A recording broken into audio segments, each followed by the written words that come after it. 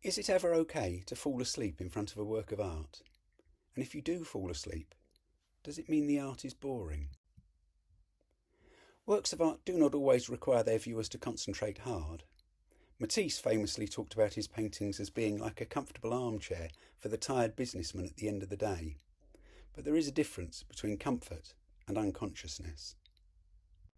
In 2015, Max Richter composed an 8.5-hour work called Sleep, intended to be listened to over the course of a night. When it is performed in public, the auditorium is filled with beds and the audience are invited to lie down and sleep through the performance, if they wish. Richter has described the work as a lullaby, and its aim is to accompany, not disturb, sleep. Does the music seep into the audience's dreams? Does it influence their heart rate and their breathing? Possibly, but I don't think Richter would feel it was a failure if it did neither of these things. Now, Richter's piece is music rather than visual art, and your ears stay open all the time, so it is possible to claim that you can listen to music in your sleep, even though when you wake you may have no conscious memory of it. However, the situation is trickier where visual art is concerned, because you have to shut your eyes when you fall asleep. There is no way anyone can claim to see the work while they are asleep. Even if they dream of it, they're not seeing the work, they're remembering it. Several artists have experimented with sleep as a form of response over the years. Ilya and Amelia Kabakov made an installation called the House of Dreams, which consisted of a circular enclosure with small curtained pavilions around the edge. Each pavilion contained a bed, and visitors were invited to lie down, watch the coloured projections of birds and animals that drifted across the curtains, and fall asleep. The Kabakovs wanted their visitors to recapture, and I quote, "the sleep of childhood that brings relaxation and peace." How many visitors slept, and for how long, is impossible to say. Nor is it possible to know whether or not the sleep was therapeutic in any deeper way than ordinary sleep.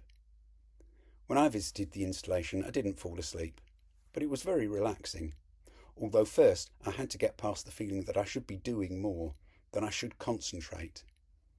Gallery etiquette and the habits of perception it fosters are tenacious.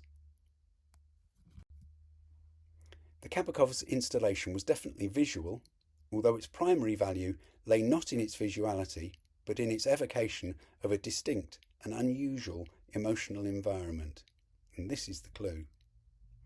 At the end of the 20th and the beginning of the 21st century, artists became interested in making works that didn't have a meaning as such, but which set the stage for some kind of social interaction, or an emotional state not normally associated with artworks or galleries. One of the best known of these works, at least in Britain, was Olafur Eliasson's The Weather Project, made for the Turbine Hall in Tate Modern. The installation contained no recognisable objects beyond a large orange disc like a huge sun at one end, that bathed the entire space in an ethereal orange glow, filtered through the water vapour that was sprayed into the cavernous hall from time to time. People were not given any instructions on how they should behave in that space, but they started sitting and lying on the floor, looking at their tiny reflections in the mirrored ceiling high above them. The piece proved very popular, although it lacked any kind of traditional meaning. Dan Lai recently made an installation, Sleeping Methodologies, in Bristol. Handmade mattresses, stuffed with lavender, were scattered across the floor, each with a large boulder on it.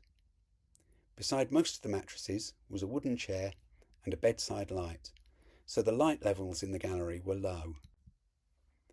Visitors could sit on the chairs or lie on the mattresses and were invited to relax, chat, or just drift off. Like the Weather Project, Lai's work avoids overt meaning and instead creates a space for visitors to use as they see fit. The installation was guided by a question the artist posed. What would happen if I stopped? Transposed from the artist to the artwork, this question becomes, what if I stopped being art? Would this still be interesting if it was just stuff rather than art? Many contemporary artists would like their work to appear not to be art. Paradoxically, they want the artwork to imagine a world where it is not art. And in this imaginary world, sleeping in front of artworks is a way of experiencing them by not experiencing them. If you found this video interesting, please like and subscribe and visit my channel, Think of a Picture, where you'll find lots more short, thought-provoking videos. Thank you.